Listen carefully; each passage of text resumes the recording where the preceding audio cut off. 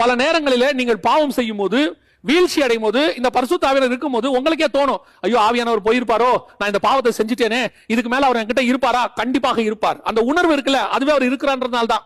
அவர் இருக்கிறனால உனக்கு அவர் சொல்றாரு, உனக்குள்ள நான் இருக்கிறேன், இந்த பாவத்தை வெறுக்க வை, இதுல இருந்து விடுபடுங்கிற எண்ணம் வருது. அதனாலதான் நிறைய பேருக்கு அந்த எண்ணமே இருக்காது பாருங்களேன். அப்ப அவங்களா என்ன ஆவாங்கன்னா, ஆவியானவர் அவங்களை விட்டு போயிட்டாருன்னு அர்த்தம்.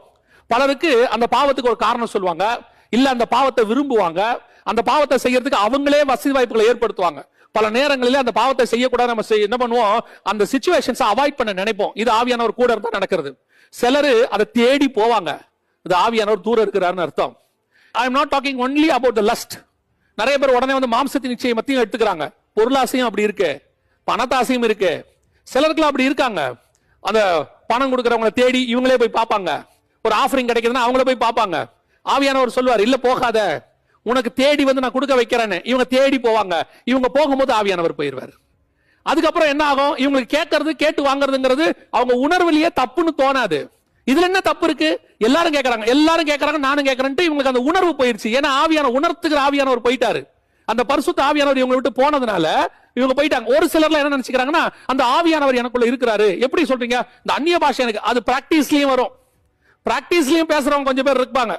சிலர்லாம் பாத்தீங்கன்னு சொன்னா ரட்சிக்கப்பட்ட பின்பு கூட சினிமா பாட்டு வாயில வரும். ஏன்னா இப்ப ஆவியானவர் இல்லன்னு அர்த்தம் இல்ல, அந்த பழைய பிராக்டிஸ்ல அது வாயில வந்துரும். அந்த நேரத்துல உடனே ஆவியானவர் உணர்த்துவார், இதுல நீ பாடக்கூடாது அப்படின்னு.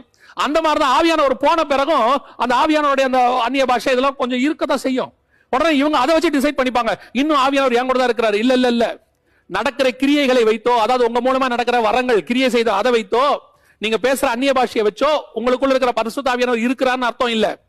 உங்களுக்குள்ள அந்த உணர்வு இருக்கணும், பாவத்து மேல ஒரு வெறுப்பு வரணும், அந்த இனிமேட்டு நான் செய்யக்கூடாதுங்கிற எண்ணம் வரணும்.